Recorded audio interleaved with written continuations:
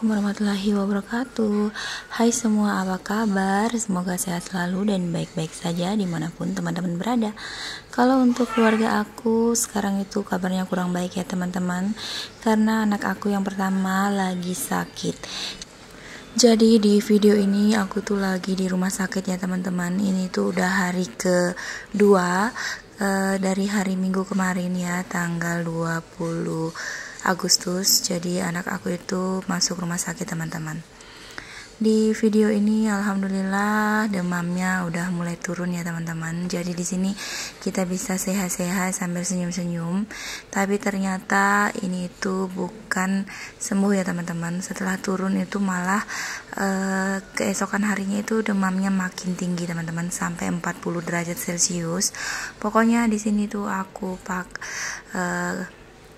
panik banget teman-teman, apalagi pas di hari pertama ya, anak aku tuh demam. Pas di rumah gitu aku sendiri yang dapetin dia lagi kejang gitu teman-teman. Jadi ceritanya itu dia demamnya mulai hari Sabtu sore pas habis maghrib gitu teman-teman. Jadi aku udah kasih dia obat ya, Sanmol penurun panas, dan aku pun juga udah kompres dia semalaman. Tapi nggak tahu kenapa demamnya itu nggak turun-turun teman-teman.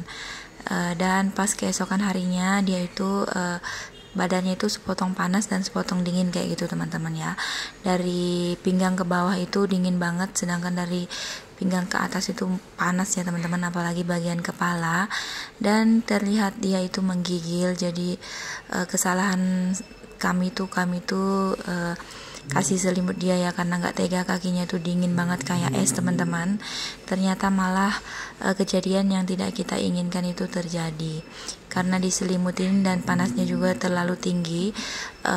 Akhirnya anak aku itu kejang teman-teman, dan di posisi dia kejang itu posisinya aku lagi sendirian. Pokoknya aku tuh panik banget karena posisi kejadiannya itu sekitar jam 7-an gitu ya teman-teman. Terus kebetulan pampersnya anak aku ini tuh habis, jadi suamiku tuh keluar buat beli pampers, dan aku pun berdua di rumah dengan dia gitu ya teman-teman. Akhirnya pas suamiku keluar, di sini anak aku mulai ketiduran gitu teman-teman. Dan ternyata pas dia ketiduran itu kurang lebih 2 menitan gitu ya dia tertidur, mulailah badannya itu kejang-kejang 3 kali kayak gitu teman-teman, dan giginya mulai kayak menggigit gitu, terus kayak keluar busa dari mulut gitu. Pokoknya aku tuh panik banget teman-teman. Aku nggak tahu harus ngapain ya, padahal aku juga udah sering searching ataupun nonton baca-baca untuk mengatasi anak kejang itu kayak gimana. Tapi kalau udah posisi panik kayak gini aku tuh nggak tahu mau ngapain teman-teman. Yang jadinya itu aku langsung masukin aja tangan aku ke ke mulutnya gitu ya, karena takut nanti lidahnya yang kegigit. Akhirnya tanganku lah yang luka dan bengkak teman-teman. Nah kurang lebih itu aku nggak lihat jam juga ya, kurang lebih tuh kejangnya itu ya kurang lebih 5 menitan gitu mungkin ya teman-teman.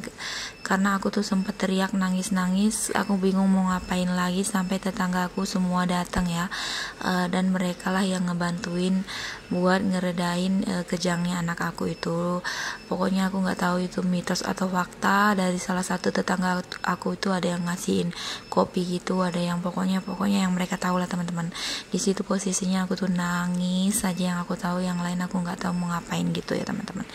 Pokoknya itu pengalaman yang sangat-sangat mengerikan buat aku, dan ternyata setelah di rumah sakit makin bikin aku jadi kayak jantungan gitu teman-teman, karena setelah demamnya turun dan naik kembali itu dia itu kayak kaget-kaget gitu teman-teman.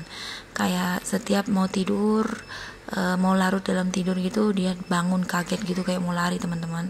Dan saya juga pun kayak teringat kejadian yang di rumah itu, panik pokoknya setiap melihat anak kayak gitu. Alhasil jantung pun kayak mau copot gitu teman-teman. Pokoknya ini pengalaman aku yang sangat-sangat, menurut aku sangat-sangat mengerikan dan menyedihkan ya. Kedepannya nggak tahu gimana, katanya kalau anak sudah terlanjur kena kejang 1 kali bakalan kejang terus kalau dia demam teman-teman. Pokoknya tantangan banget buat aku kedepannya, tapi mudah-mudahan kalau bisa nggak terulang lagi gitu ya teman-teman. Jadi pas aku ngisi suara ini, posisinya anak aku tuh di rumah sakit udah hari ke-6 teman-teman.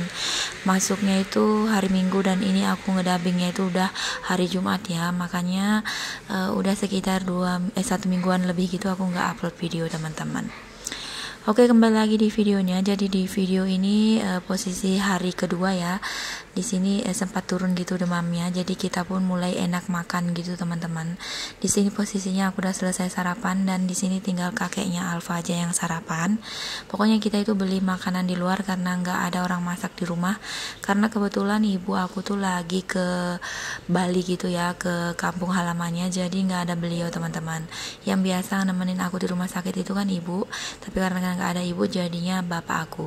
Nah di video kali ini pun terlihat kami udah senyum-senyum gitu ya teman-teman, karena memang di video ini udah turun gitu. Kami pikir hari ketiga itu bakalan turun demamnya dan kita pun bisa pulang ke rumah gitu ya teman-teman. Ternyata salah, dan di hari ketiga pun pas maghrib gitu demamnya naik lagi sampai dengan 39,7 derajat Celcius teman-teman. Dan akhirnya kita nggak jadi pulang, lanjut lagi buat bermalam di rumah sakit. Oke, jadi di video ini juga ya lanjut di sore harinya seperti yang teman-teman lihat. Di sini kita itu kayak udah mulai enak makan teman-teman, karena memang posisinya kayak menjanjikan bakalan sembuh gitu loh. Padahalnya ini tuh udah masa-masa kritis gitu ya kalau untuk orang DBD, karena ternyata setelah cek lab kedua dia itu gejala DBD teman-teman. Trombosit anak aku itu menurun.